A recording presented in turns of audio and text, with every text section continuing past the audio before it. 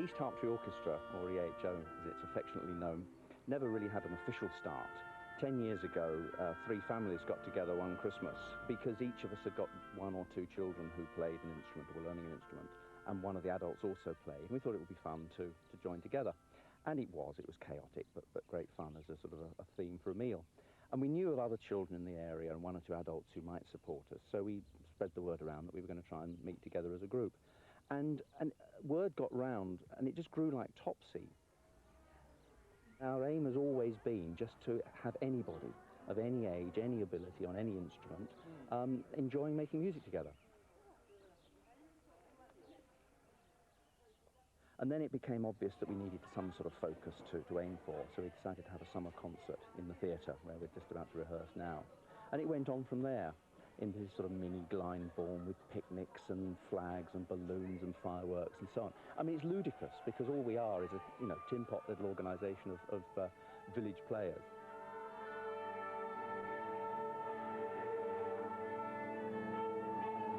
Right, this isn't the opening of the concert, but let's start with Rule Britannia, okay?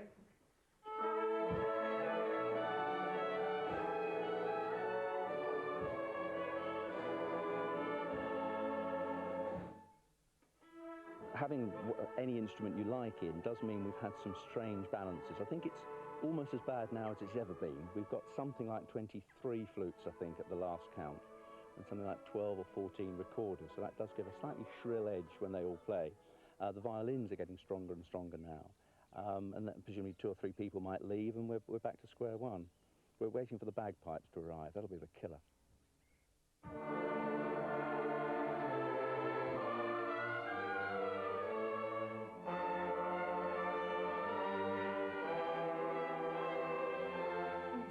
Place for children to play, because you don't have to be really good. I mean, David will say, oh, if you can't play it, just play the first note of every bar, and sort of the adults will carry it, but they're there taking part.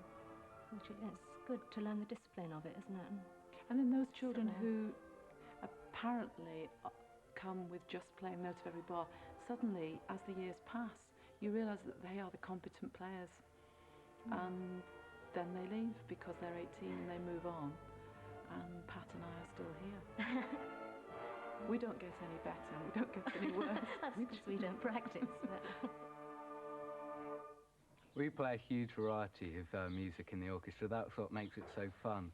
And we play the kind of Dvorak pieces, which I like most. As a violinist, you enjoy the classical piece of music, but a lot of people enjoy the rock around the clock, more groovy type of music in a way. Within the older children, there have been and are some very, very talented musicians, people who've gone on to the Royal College and the Royal Northern College and so on, and making music their career. Not because of us, they would have done that anyway, but it's lovely that they have stayed playing with us, even though they're so good. I've been playing drums since I was about 8. I play in county orchestras as well, the West of England Schools Orchestra, Bristol Schools Philharmonia, and West of England Schools Symphonic Wind Band. But they're all fairly serious, and you've got to have a bit of orchestral discipline to do those. But coming out here is a good chance to relax. It's not too serious. So it's a good opportunity to enjoy playing, really.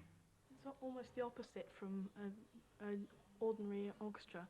He sort of says we're wonderful in rehearsals and says we're not very good in the actual concert, which is almost exactly the difference from any other orchestra, which is actually wonderful.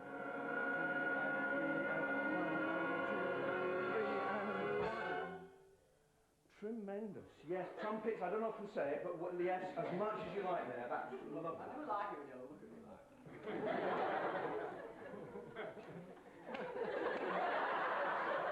Couldn't hear you playing. Nothing to say to that at all. I'm very much an amateur musician. I've got no professional training whatsoever, as any musician watching will rapidly discover. But I enjoy it, and I enjoy it at all levels. And I think it's just lovely that groups of people can get together and enjoy making music together. And if an audience can then come along and enjoy seeing that and being part of it, then that's what it's all about. Nothing disastrous has happened yet. We're waiting for torrential rain. That's the worst problem, I think. The concert, I think, brings different tensions to different people at different times. This is main bugbear, is will we get everybody seated, because they all bring their own chairs, and they all want as much space as possible, and have we got the space, and will they all squeeze in, and so on. Oh, do you know where Mum went?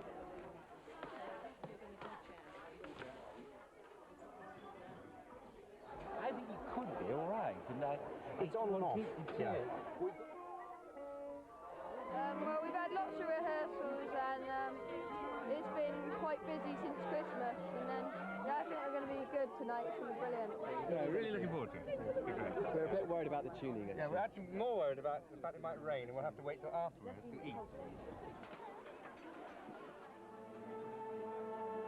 It's quite a lonely moment when the orchestra actually go on and start tuning up, and you've got to wait for that moment when you then walk on down. That's quite nerve-wracking. Once it starts, and as long as the audience seems to be enjoying themselves and the orchestra playing okay, then it's a lovely experience.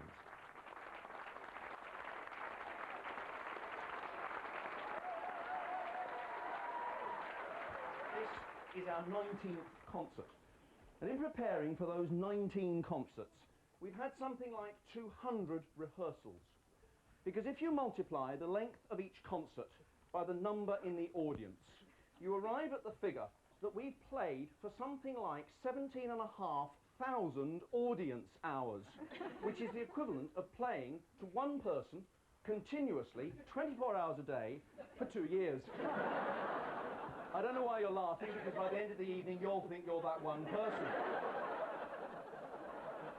Because one of the endearing charms of the EHO is audience participation. And over the years we've tried to find the lowest point at which the audience, as one, would rise and stand and say, no, we are an intelligent, discriminating audience, and we will not sink to this banality. I have to say we haven't come close yet, and I hope we don't tonight, because we're going to give it a shot straight away.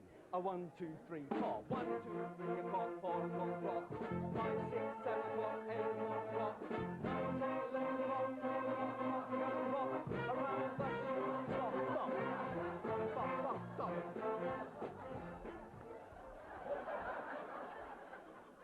You've got a piece in Latin to sing later on.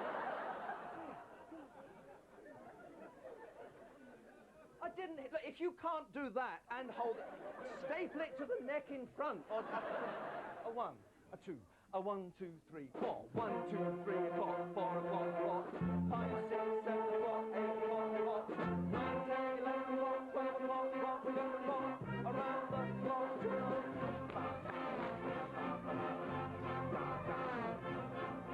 Brilliant, good. You guys are right. Okay?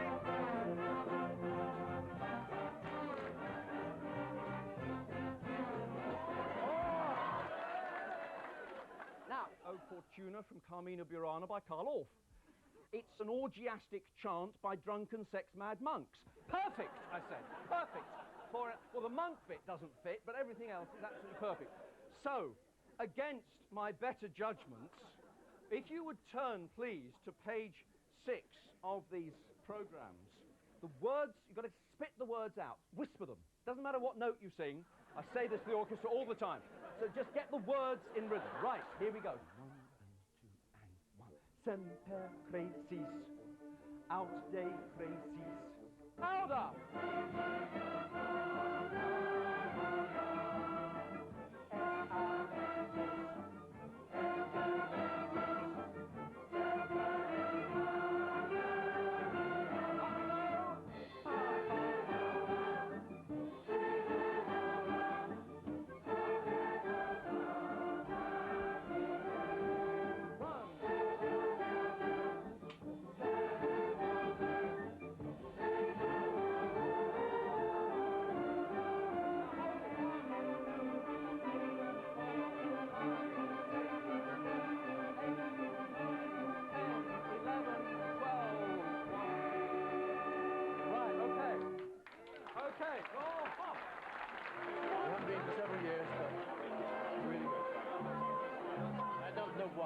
As David points out, we just, like to suffer a little, yes. Wouldn't miss it, a great social occasion. Yeah. Yes, very nice.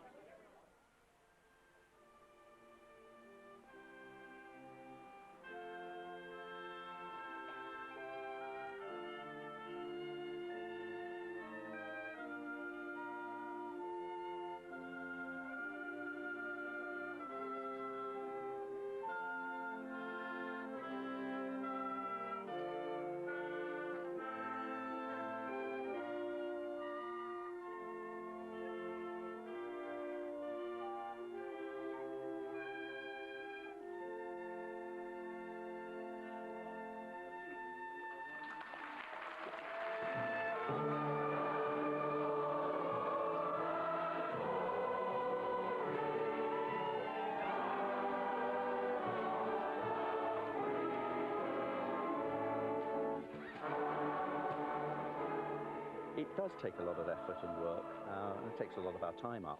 But at the end, when it's been a good concert and everybody leaves happy, the orchestra leaves happy, and the audience seems to have enjoyed it, that is a wonderful moment. That does feel very, very good indeed.